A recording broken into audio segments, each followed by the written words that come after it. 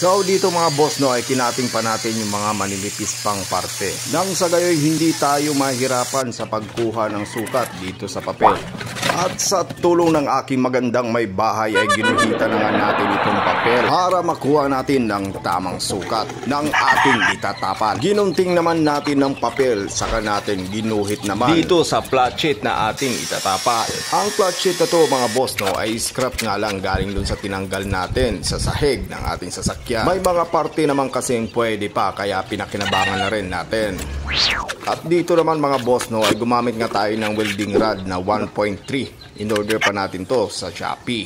On na nga natin yung ating welding machine at spot na rin natin yung ground. Hayaan at malakas nga mga boss kaya binabaan natin itong amperes niya. Manipis nga lang naman itong ating welding rod kaya nilagay na natin sa 0.65. At nagsimula na tayong mag-welding dito mga boss sa ating itinapal.